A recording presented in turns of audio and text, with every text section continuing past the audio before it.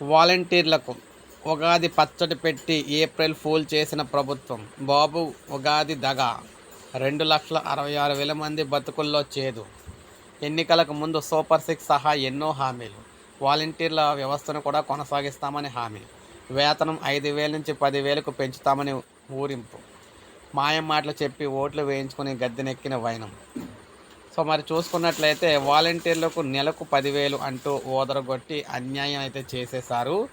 So మొత్తం మేము చూసుకోవచ్చు, వాలంటీర్లకు నెలకు 10,000 అంటూ చెప్పారనమాట.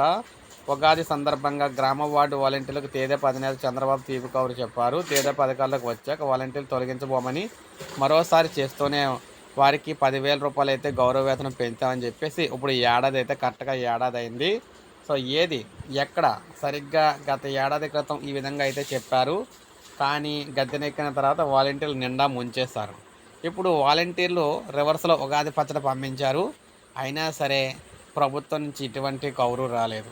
వెంటనే ఇప్పుడైనా సరే వాలంటీర్లకు సంబంధించి రెగ్యులర్ చేసి నెలకు 10,000 రూపాయలు ఇవ్వాలని చెప్పేసి పట్టుబడుతూ ఉన్నారన్నమాట. మరి చూడాలి మరి ఈరోజు ఏం కవర్ చెప్తారు ఏంటనేది. సో ఇది అప్డేట్. ఒక లైక్ చేయండి, ప్రతి ఒక్కరు కూడా సబ్స్క్రైబ్ చేసుకోవాలి, మన ఛానల్ సబ్స్క్రైబ్ చేసుకోండి.